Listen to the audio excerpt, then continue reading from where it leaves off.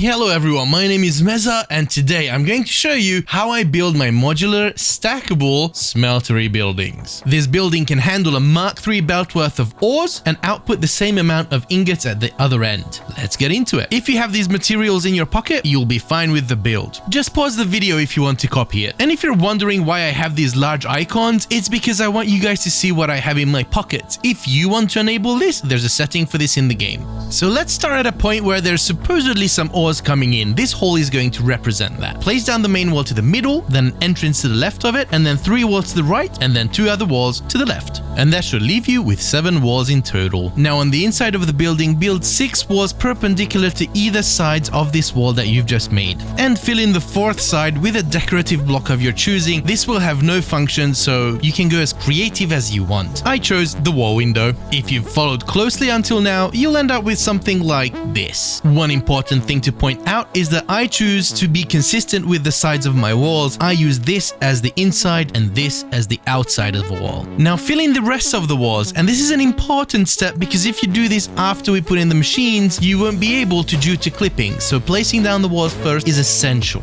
Now for the ceiling, choose a foundation, choose an orientation, and then fill it in. This again is important to do before you put in the machines because if you do it after, it will just make your life more difficult. For the next step, choose the double-sided Mark I power pole and put it into every corner of the building. This is absolutely key for modularity. Now with your back to the main wall where the ores would come in, choose the smeltery, and with the input facing you, place down the smeltery to be center of that foundation at the end seam, right here. Now put another one directly to the right and directly to the left of it.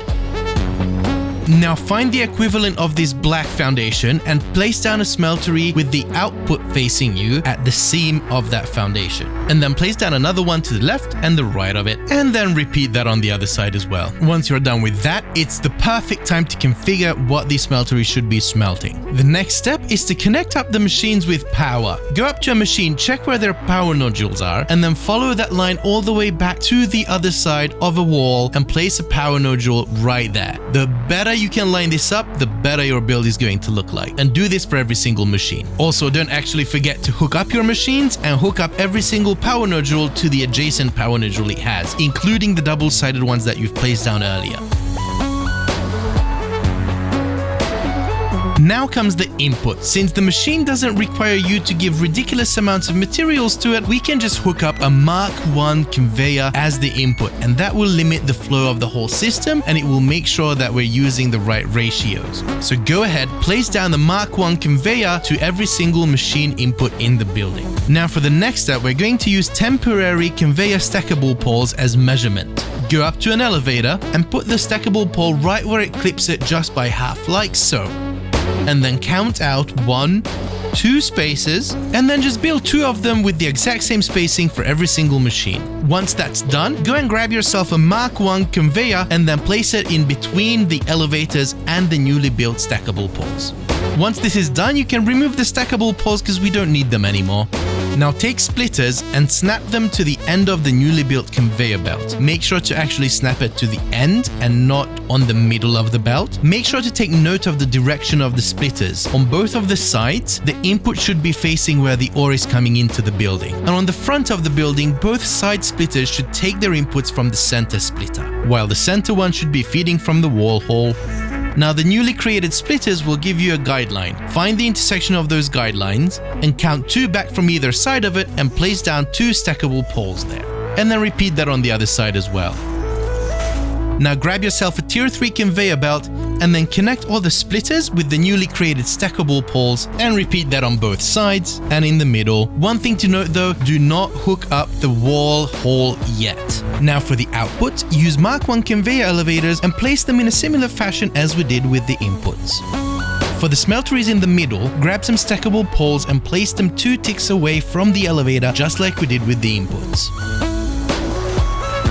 Now for the side smelteries, we're going to do something different. First, don't worry about the one that's closest to the middle one, we're going to leave that alone for now. As for the remaining, get your stackable pole out and this time around count out 3 spots from the conveyor elevator. This is going to ensure that we're lining up perfectly for the next step. Once you're done, use a conveyor belt of your choosing and connect up the elevators to the poles, and then you can remove the poles.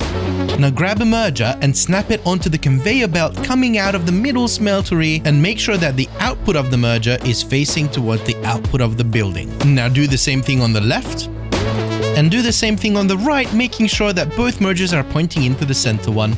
With the side smelteries, make sure that the new mergers you're going to snap into all point toward the middle row. And once you're done with that, just take your fastest belt and connect it all up, and don't forget to hook up all the elevators between the mergers and the machines. Now grab an industrial storage unit, and in the middle of all those mergers, in that free row, choose a spot that suits you best and place it down. Then grab your fastest belt and hook up the middle merger to your storage unit. Now for the input of the building, place down a temporary foundation, grab a splitter and put the splitter right in the center of it where it clips into the wall. This is going to be temporary, so don't worry about the directionality of it. Now place 2 more splitters on top of it and make sure that the input of the top one is facing the direction that you want it to be. And now you can safely remove the 2 splitters below. Now you can safely remove the temporary foundation too, and then you can put in your fastest elevator to be the input to the building. Add in some workplace safety measures.